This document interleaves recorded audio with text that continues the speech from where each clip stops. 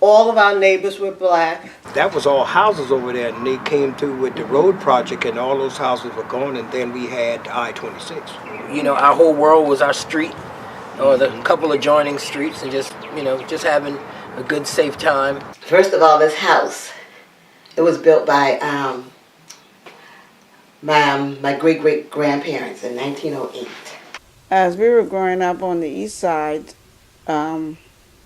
everybody knew everybody. Everybody was everybody's family. It was like we called the village. Everybody raised or took care of each other's children. In the neighborhood that I live in now, I don't see that village. You often met your friends in kindergarten, and they went with you all the way through. I have classmates who we were in kindergarten and we graduated together. My mom lived here. My brother had one brother and 3 sisters. We grew up here. The one I call a village, we were really a black neighborhood. There was just a lot of different families all around the neighborhood. When we first moved there in November 2010, the makeup of the street was predominantly African American. I think a year later, some of the black residents were moving, and we would question why. And because we did embrace the fact that it was an African American community, and we envisioned raising our kids in a mixed community, but honestly more African American. Gentrification, I think, is probably a cycle of life, but I think for most people, you're caught on the cycle where it's actually turning over from a small business to a big business, or a loss of neighbors, or a loss of sometimes people's own property, and then it leaves a bitter taste in your mouth. More Caucasians started coming into the community, and that didn't bother us, but it did set a different tone. Our children was used to, because back in the days we used to have Sunday, Saturday games that African Americans had some place to go to, look forward to going to watch softball games and stuff like that. And all of a sudden, changes came in and it was put to a halt. So now we have to go over what you call the country area. There's no reason why we can't play football on Hampton Park. They did it in the past. For my neighborhood, gentrification is happening. I grew up in a neighborhood where we had a lot of diversity because you were exposed to a lot of different type people. Even the neighborhoods along Meeting Street was basically white and Jewish. The side streets were basically black when I was growing up as a kid. So you had a blend of a lot of folks all around. Schools were definitely segregated. But I would like to bring back old time, you know, everybody get together and all the people who used to move up come back home, man. You know, that's what I like to see. Well, I know when I was a girl, I used to work, and we couldn't go to Hampton Park. At that time, you couldn't go to Hampton. You couldn't go in Hampton Park unless you was working, you know, minding children and taking the children. That's how I used to get in Hampton Park all the time, because they didn't have no place to go because they couldn't go in the park. Right. So they go to each other's houses? Mm-hmm. Yeah, you gotta have the runners and everything open. Yeah. Do you miss it? Do I miss it? No, I don't miss it, no, because I'm scared of them people like that. That's right, I lock up. No, here for a moment. Most of them are here for a moment. Yeah, and if you're just here for a moment, you don't care as much about community, because it's just a place to live and have fun, versus I'm putting my roots down here and I'm raising a family here and I want to see what's best for the community. But if you're just a visitor, you don't care. You don't come to community meetings. They work all the time, but if you see them, they would say hello and things like that. That's the thing that kind of irritates you in a way. They're not looking to buy it to live in it. They're looking to buy it to flip it. So my dad told me that a long time ago that where I lived at was actually mostly a white population back in the day, and that Hampton Park used to be a zoo and it used to be a racetrack, and now it's turning back into mostly a college town or just a place where people buy houses to make money. And so where like my neighbors are lost, they're old, their grandkids have sold the house for profit, and my parents are one of the few people on the street or the neighborhood that own their house. So I almost feel like I should hold on to these things and also at the same time let them go. She was describing earlier that our memories of mixed income, albeit black, but mixed income communities, what we have seen is the deterioration of mixed income.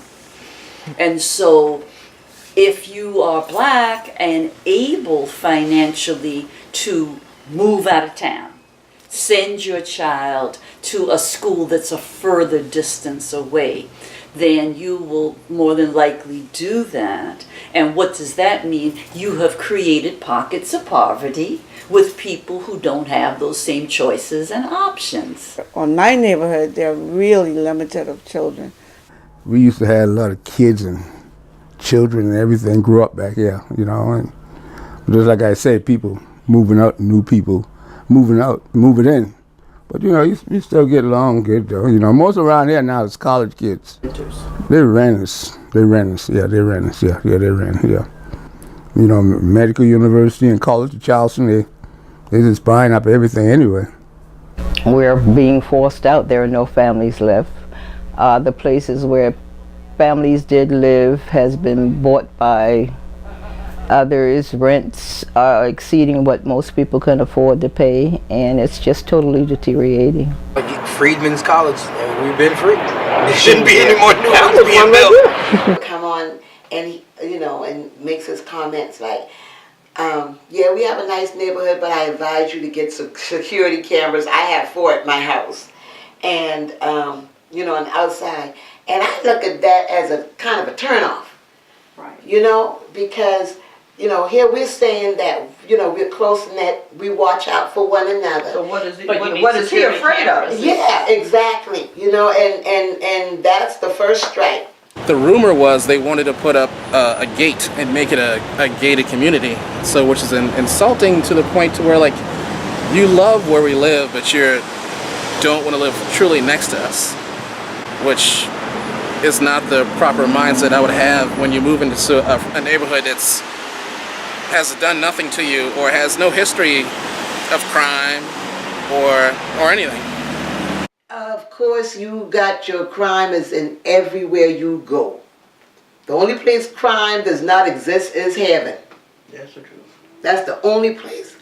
But at the same time, the village is gone. The village is gone. Everybody is out for themselves.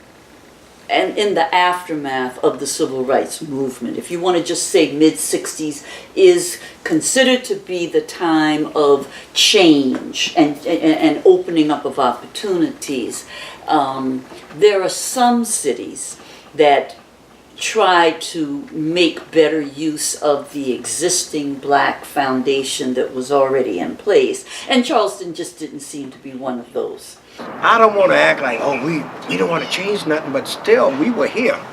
And Northerners just can't come here and say, no, we're not going to do that. If you don't go to these meetings, stuff going to get done that you don't have a say-so in. Right. We got to open up our mouths and say, listen, no, my great-grandparents and grandparents and my dad and families such as yours right around the corner, we are what made the community what it is, so therefore we don't need to be told what to do, because it's already a desirable place. That's why everybody's trying to come over here in Wagner Terrace. That's our home. That's where we live. That's our neighborhood. Part of our heritage is trying to keep our houses, you know, in our family. I want to leave history that they can see and touch, you know, and leave something for them to have. In my lifetime, I don't want to see nobody other than part of our family living in either of these houses. It would break my heart to see somebody rent either one of these houses, because I know what my mama went through and I know what my granddaddy them had to do. And during that time, they didn't have no money, but they kept those houses. I would say you could almost picture my parents' house, because I'm sure I'm allowed to keep it. I hope it's mine one day. But I hope it'll be an old brick and a new foundation. That's the way I'll say that. You know, when we bought our house in 1964, it was $12,000. She just bought her house 3 years ago and it was $440,000. Well, actually, hers is now cheap because the guy across the street bought a house not as large as hers for $669. Wow. You know, it used to be if all of us were related, all of us had to sign the papers to sell the family home. Now they found a way to wiggle it in that one person can do it without everybody else knowing, and next thing you know, the house is gone and it's too late. On Moultrie Street, maybe about four black homes. There's a lot of rental. There are some rental properties, and a lot of college students move in and out. Are they renting to black college kids? No, haven't seen them. The legacy is to remember how we were brought up, how we knew how to maintain and make a village, and if they got to fight, they know to fight. Because that's what we do. Fight for the community, fight for the village, fight for the children, fight for the schools. I got me and my grandchildren, and we go to a city council meeting. And I believe in taking my grandchildren to things like this so that they can know, because I always tell them this is your inheritance when you give, you know. All the history and the heritage of this city is being wiped out. We're no longer what we once were. We're being touted as just a tourist attraction, and that's what everything is geared for now, for tourists, for other folks coming in. But for the people who lived in this city all these years, it's a shame that people are going through that. It really is quite sad. I feel ashamed of being a Charlestonian. But right now, you know, just sitting back, relaxing and taking it easy because I'm working most all my life, you know. My great-great-grandparents worked hard to buy that property. That's right. Because back in the late 1800s, for blacks to buy property, it was a hard deed. They came out of slavery, they bought that land, and for me to have to, at this point, fight so hard to preserve it, you know, I should be allowed to have a homestead. I should be allowed to reserve my inheritance, because that's my inheritance in a sense, and I want to be able to pass that along to my grandchildren and my great-grandchildren, because I'm the middle of 7th generation. I knew 3 before me, and I now have 3 after me, so I'm in the middle of all of that. I do. I've had several people knock on my doors. I've had a lot of information coming through the mail about offering to buy our homes. I haven't had anyone knocking on the door, but I do get letters quite frequently from investors, you know, putting out feelers that just, you know, if I'm interested in selling. I think it's kind of creepy that someone just out of the blue is sitting there, is looking at my house, like waiting for the opportunity to buy it, or, you know, or inquiring, you know. If I want to sell it, I would let you know. Well, there's some folks have get tax breaks for X amount of years. They don't have to work. They don't have to pay taxes. Like next guy comes in, like I guess once his tax-free time is coming to a close, he steps out. Somebody else comes up. When a home in my community sell, I get a astronomical amount of flyers. This is what I sold this home for around the corner from you. This is what your home appraises. Especially don't call me over and over. When I tell you it's not for sale, and the next 2 or 3 weeks you calling me again. The same people? About the same thing. The same people calling again? Yeah, they want to buy the house. Well, they want to buy the house, but I don't want to sell the house. Yeah. Well, I don't need nobody on the second mortgage. I don't have a person. Everything I have is bought and paid for. And I don't have a mortgage. I don't like that mortgage. No. Neighborhoods, we should have been owning some of those stores. Some of us that got the will and the zeal to go ahead and get stuff that we own in our own neighborhood, instead of people coming and making money off us and then leaving. That's what kind of gets me sometimes. In order to have it and to just let it go and give it up for dollars, it's like a slap in the face to their memory. And the thing about it is you can never really move back down here once you sell, because it's overpriced. You sell for $400,000, okay, you made some money, but where are you going to live downtown? Where can you buy again down here? No. You can't.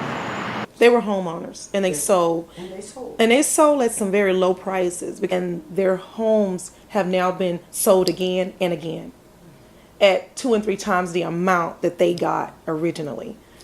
Some people now that own their homes cannot afford them anymore, so a lot of community members don't like the equation that the city have for affordable housing because it's still not affordable. I don't know how often they say they come through to assess your home to see the value of your property, to see if it's gone down or it's gone up. And I got a problem with it because they feel like if you build a brand new school or a brand new business in the area, then automatically that makes your value on your home go up. Where I live, my street really don't flood, but because I'm in a flood zone, they require you to have this other extra insurance, which costs more money coming in. So now you have to also find yourself getting flood insurance, which is pretty expensive. And then that could be one of the reasons why some of the homeowners can't afford to keep their homes, because you're paying homeowners insurance, fire insurance, wind and hail, etc., and flood insurance.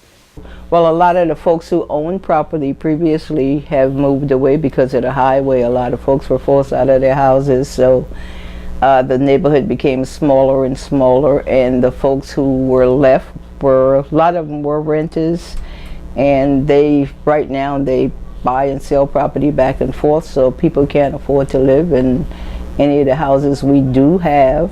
They've rezoned this area as commercial. When that happened, we don't know, but the houses that are left, a lot of them are being turned into office space. But see, back there, they give you a 30 years to pay for it, and then just like I tell people, I've been lucky. I had been in this house, and I never paid over a $300 mortgage note. I'd rather take this house right here than now to buy a house, or build another house, or get a house. I'd rather stay in this house right here. Because see, these houses they're building now, some of these houses are not as strong as them. 55 feet high, 9 feet bottom, and then the rest up top. It's a two-part. Yeah. It's a two-part house. Yes, back in the days, you had to bring so much as feet off the street in the back, and one house on one property. Now they could take it and put 3 or 4 houses on one property. Concerns. I send letters to the BAR, the BARZ, on behalf of the community. I guess they really don't have that authority. So now they're trying to force me. What I'll say is, they'd have that authority if you don't know any better. What I wanted to do is try to get with my neighbors and talk and let them know where we came from, how we were brought up, and maybe we can sort of like exchange stories, and that may help the situation some, so that they can know what a village was to us compared to what a village was to them. We're limited with information about what the city does or what the school district does, and if we're told about it, it's always after the fact. That's a shame that after having lived in this city all these years, after having property in this city all these years, after being a current taxpayer, because my taxes are not in arrears or anything like that, that you have to fight to retain what's yours. Like your church or maybe these other churches, are they playing a role in the community like they did in the past or not? As far as I know, they do. The city of Charleston. What would you say to them? That they need to honor their citizens. There are many of us who have been here all our lives, been here for many, many years, and it's like we're just discarded. We don't count any longer. The developers count. They don't care. Right now, we get shook up. We get so trucks coming through. You feel your house shake. They put in all of this stuff across the street, grinded up concrete and stuff. My house was shaking like a leaf. They allowed these big pillars to be put in the ground next to a house that's already over 100 years old. You're going to disturb my foundation. And they're not regarding the people who live here at all. We just don't count. And there was a developer buying up everything. The developers would come around and they would ask if people want to sell. They had bought up everything and they couldn't get this one.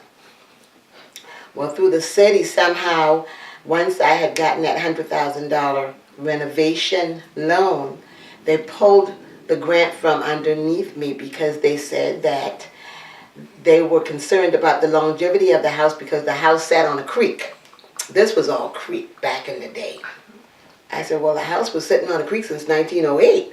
Mm-hmm. And I said, and so is the Johnson Hagan Stadium, the police department, the Raleigh, stadium. Mm-hmm. And I called my city council representative at the time. The case went on. Miss Andrews, she heard everything and she found out that I was going along and doing everything that I was supposed to do according to the criteria in the city of Charleston. And he said, how can you stand there and say you want to help this woman when you're standing there waiting for me to put her out in the street with 3 small babies and no place to go? That, all I can do was cry, and I heard the chairs in the courtroom because they were sick and tired of the city coming and taking houses away from people. For the African American and Latino kids, there is no representation in the text. So how are they to come to school with pride, or how are they to come to school with the energy of wanting to learn more about their history if it's never going to be there for them, if it's never going to be taught, if the teachers are too afraid to embark or embrace the Emmanuel 9 shooting of a white man killing 9 black people, or you can even make it even a young white man killing 9 parishioners, however you want to term it and make it, smooth it over. It needs to be discussed and talked about. It needs to be brought out. These things need to be shared and confronted, because people are harboring ill will and people are holding things in, and people do want to talk but don't have a platform to talk.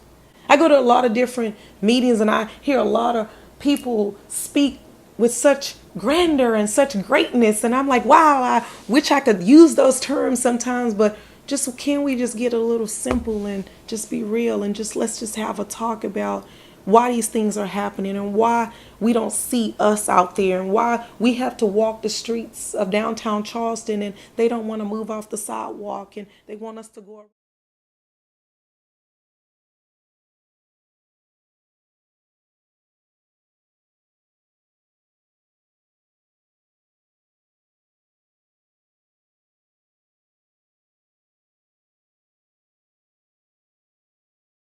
So when they came out and told me that they bought the lot for number 12, they were putting in a small house. That was fine. But next thing I knew, they were putting in 16-foot pillars, knocking them into the ground. They claimed that 3 foot of my land was there. In the meantime, I've got a house over my fence, over my yard, so that's going to be excess water coming down on my property. That's right. And my street already floods.